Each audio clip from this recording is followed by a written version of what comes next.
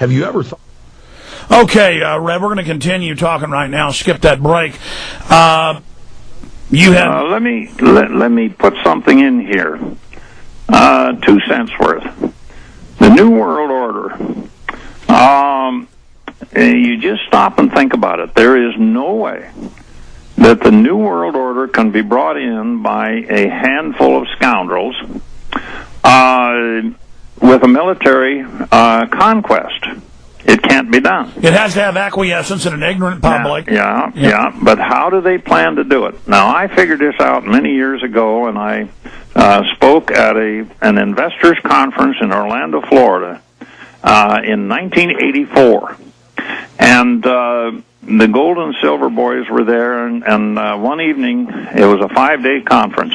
One evening, they had an open forum, and it was the hard money people. And the hard money boys were on the platform, and they all agreed that we would have about $3,500 gold by 1987. Well, I finally, when they opened it up for questions and such, after about an hour, I got the floor. And I said, you're not going to see $3,500 gold. I'm from the West. I know what's going on in the gold business. And gold was coming out of the ground at a rate never before in history. And I said, who's buying the gold? And I said, I'm going to tell you who's buying it, and I'm going to tell you what they're paying for it. And I explained how the Federal Reserve Bank, they go to the U.S. printing office, and in 1984, they were buying Federal Reserve $100 bills for 2.6 cents apiece. Today, they're a little over 5 cents.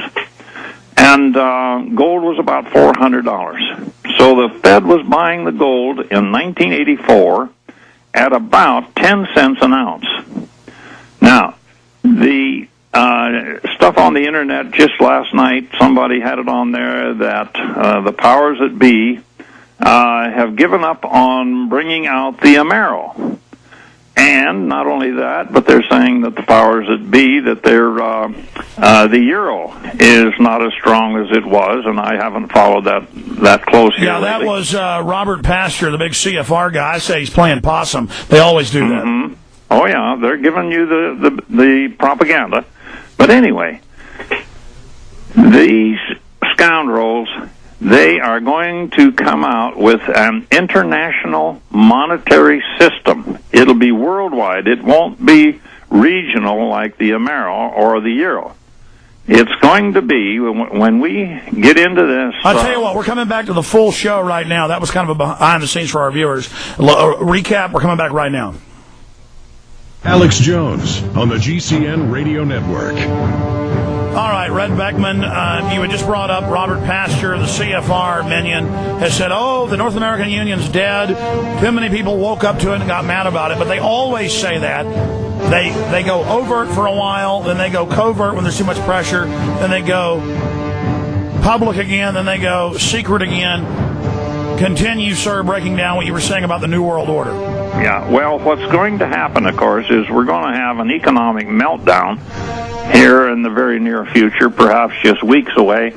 I'm not going to say when, but it's not going to be too far away because of the way the thing is falling apart. And when they do, when this meltdown happens, they're going to come up with an international monetary system backed by gold, and I can just about guarantee you that 100%. And when they do, this is how your New World Order is going to come in, because if they control the money, and of course I said in 84 that they were going to destroy the dollar, they were going to destroy the Japanese yen, they were going to destroy the Deutschmark and the Swiss franc, and all of them are being destroyed, especially the dollar today. And they're going to issue an international monetary system backed by gold, and it will finish off every currency on the face of the earth, and you're going to have your New World Order. And that's why they've been hoarding the gold to bring in their world-backed currency. That's what a banking expert who's been a banker who made the Money Masters DVD film, he's been saying that's their plan. Yep, and it's coming, and coming at warp speed. Please continue. How do we protect ourselves, in your opinion? I'm telling people to make sure that they've got some food supply, and of course keep their powder dry. And when this thing starts to really get serious meltdown, people are going to go hungry. And when they get hungry, you don't know what they're going to do. So you make sure... Red, that's scary, because you did predict what happened to the Japanese. You predicted other things that happened. Yeah. Because you've been studying this so long, you get a deep feel for what they're up to. In fact, I've never seen you be wrong. I mean, have you ever been wrong before on a big prediction? Boy, I don't think so on this stuff, on this kind of information. I've studied it for a long time. I'm, like I say, I'm going to be 80 here pretty shortly. I've seen the 30s. I know what happened then, and of course what happened in the 30s was a Sunday school picnic compared to what we're coming up to. In the 1930s, everybody helped everybody else. And 80% plus was rural and self-sufficient, and still, they just put out a big university study last month, 7.5 million people starved to death.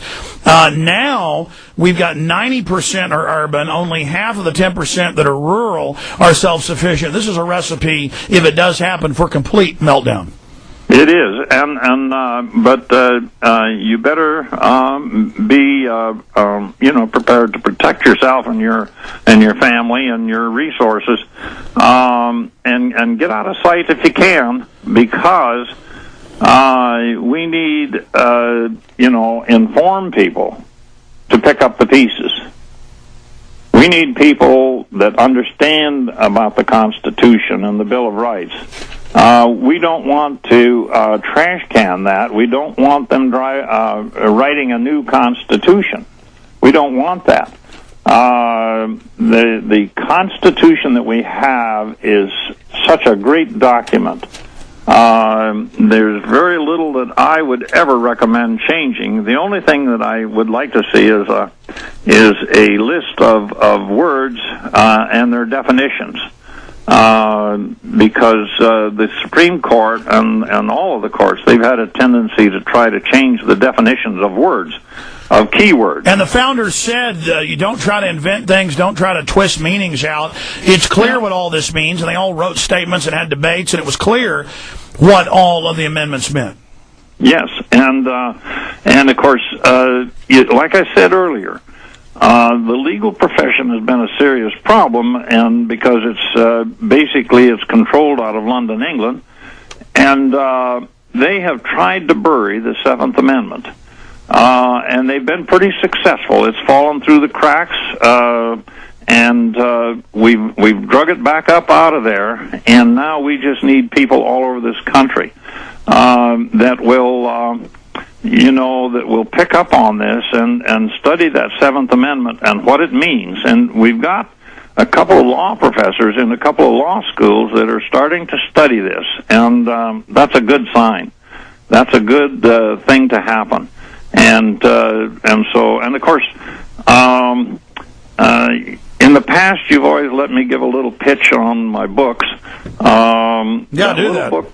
That little book, Walls in Our Minds, I have sent it out to quite a number of people from the pitch that you've allowed on the show, and I'll do that again.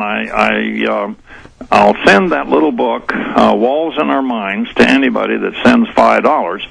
I used to say anybody that sends $3, but I want to include some other material with it. Particularly this letter that has been shutting the Internal Revenue Service off. It's just shutting them down. Because when it was the federal judges that created the IRS as a terrorist organization, they are the ones who created this psychoterrorist organization because they've been prosecuting people in the courts in a show trial. These have been show trials, and the people on the juries are uninformed, miseducated, and so we've got. And let me just add before you get back into this, before I forget. that I loved it. Ron Paul late last year, was on a national television show. It was Fox News. And they said, you want to get rid of the income tax. How are we going to live? How are we going to have a government? And Ron Paul said, that Capitol right behind me, he was at the Capitol, it was built before we had an income tax. We have scores of other constitutional forms of taxation.